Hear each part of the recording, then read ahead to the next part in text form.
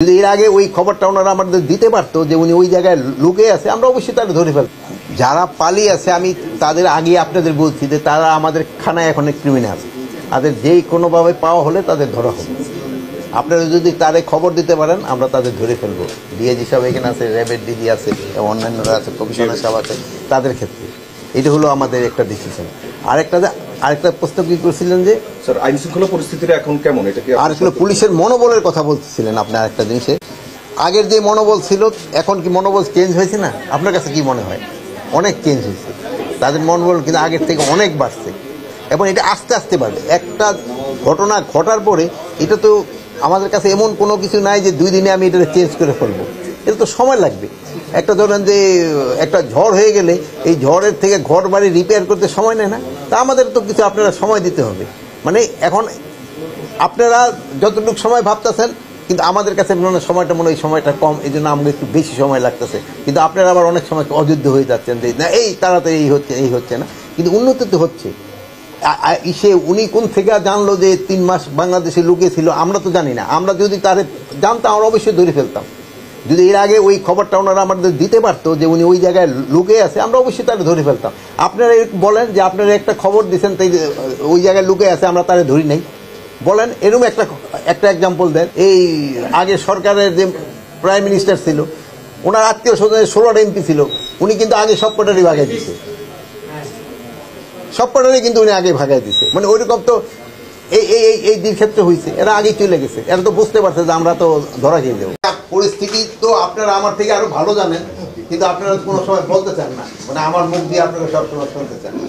তো পরিস্থিতি তো আপনারাই জানেন আগের থেকে ভালো। আপনারা অনেক সময় অনেকেই বলছেন যে 16ই ডিসেম্বর এই হতে পারে, কিন্তু আল্লাহ দিলে তো সবকিছু ভালোভাবে হয়ে গেছে।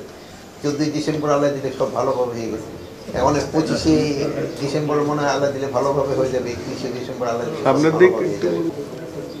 যারা পালিয়ে আছে আমি তাদের আগে আপনাদের বলছি যে তারা আমাদের থানায় এখন ক্রিমিনাল, তাদের যেই কোনোভাবে পাওয়া হলে তাদের ধরা হবে।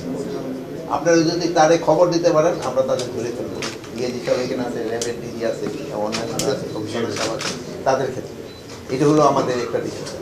আরেকটা প্রশ্ন কি করছিলেন যে স্যার আইন শৃঙ্খলা পরিস্থিতিটা এখন কেমন, এটা কি আর পুলিশের মনোবলের কথা বলতেছিলেন আপনি? আরেকটা জিনিসে আগের যে মনোবল ছিল এখন কি মনোবল চেঞ্জ হয়েছে না? আপনার কাছে কি মনে হয়? অনেক চেঞ্জ হয়েছে, তাদের মনোবল কিন্তু আগের থেকে অনেক বাড়ছে এবং এটা আস্তে আস্তে বাড়বে। একটা ঘটনা ঘটার পরে এটা তো আমাদের কাছে এমন কোনো কিছু নাই যে 2 দিনে আমি এটা চেঞ্জ করে ফেলবো, এটা তো সময় লাগবে। একটা ধরেন যে একটা ঝড় হয়ে গেলে এই ঝড়ের থেকে ঘর বাড়ি রিপেয়ার করতে সময় নেয় না, তা আমাদের তো কিছু আপনারা সময় দিতে হবে। মানে এখন আপনারা যতটুকু সময় ভাবতেছেন কিন্তু আমাদের কাছে সময়টা মনে হয় সময়টা কম, এই জন্য আমাদের একটু বেশি সময় লাগতেছে। কিন্তু আপনারা আবার অনেক সময় অযোগ্য হয়ে যাচ্ছেন যে না এই তাড়াতাড়ি এই হচ্ছে না, কিন্তু উন্নতি তো হচ্ছে। এদের মাধ্যমে আবার আজকেও আশ্বস্ত করতে চাই, যেটা আমরা এটা কিন্তু আপনাদের মিডিয়ায় দিয়েছি, একটা বিজ্ঞপ্তি আকারেও আমরা কিন্তু এটা দিয়েছি। প্রথমে এইভাবে আমার পিয়ারও আছে না এখানে, না বিজ্ঞপ্তি আকারেও দিয়েছি। এটা নিয়ে কিন্তু আজকে অনেকবার আলাপ হয়েছে। এখন এটা আপনারাও আশ্বস্ত করেন, আমরাও আশ্বস্ত করি যে যারা দোষী না তাদের কোনো কিছু হবে না। আপনি এরকম বলেন যে এরকম একটা নির্দোষী মানে তাকে আইনের আওতায় আমরা নিচ্ছি, আপনি 2-1টা এক্সাম্পল দেন যে অমুকে এটা করে নাই কিন্তু তার না হয়েছে। এখন যদি তার আবার যাদের ভিতরে যদি অন্য সন্দেহ থাকে তো সে তো অন্য সন্দেহে ভুগতেছে।